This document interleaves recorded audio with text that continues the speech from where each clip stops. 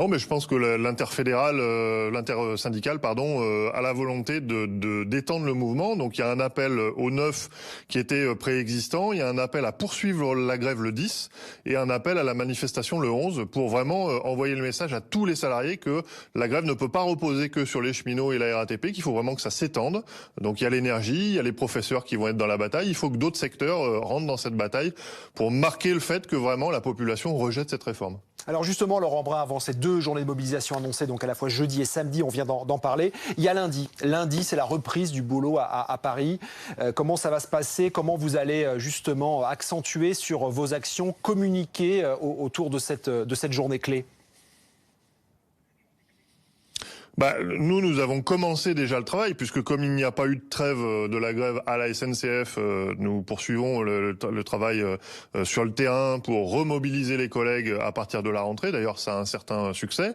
Donc c'est ce travail-là. Et puis à partir de lundi, pour les autres entreprises, nous allons aller distribuer des tracts, diffuser de l'information de manière à mobiliser les salariés des autres branches.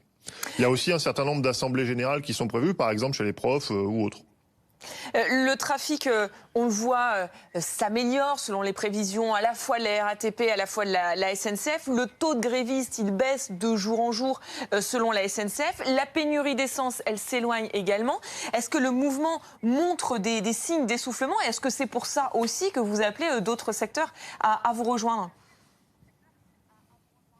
À partir du moment où on est dans la 5e semaine de grève, évidemment qu'il y a un effritement. D'ailleurs, je pense que le gouvernement a parié sur le pourrissement de ce conflit. Il pensait que ça se terminerait bien plus tôt. Aujourd'hui, nous avons passé les fêtes avec succès, donc c'est un échec de la stratégie du pourrissement. Et nous appelons à relancer la mobilisation à partir de lundi. Et comme je le disais, dans les déclarations d'intention de faire grève, ça monte en puissance jusqu'au 9. Donc nous pensons que nous allons réussir à remobiliser malgré le fait que nous sommes dans la 5e semaine de grève. Donc je pense que la stratégie du pourrissement de la part du gouvernement, c'est un échec. Et puis quand je vois l'opinion publique qui confirme le fait que très majoritairement, à 2 tiers contre 1 tiers, elle est hostile, elle est favorable au conflit et hostile à la réforme, et que 75% des Français demandent au gouvernement de modifier en profondeur ou de retirer son projet, je pense que l'irresponsabilité, c'est de ce gouvernement. Moi, je serais à sa place, je n'attendrai même pas la démonstration du 9 qui va être une démonstration énorme de mobilisation pour retirer ce projet.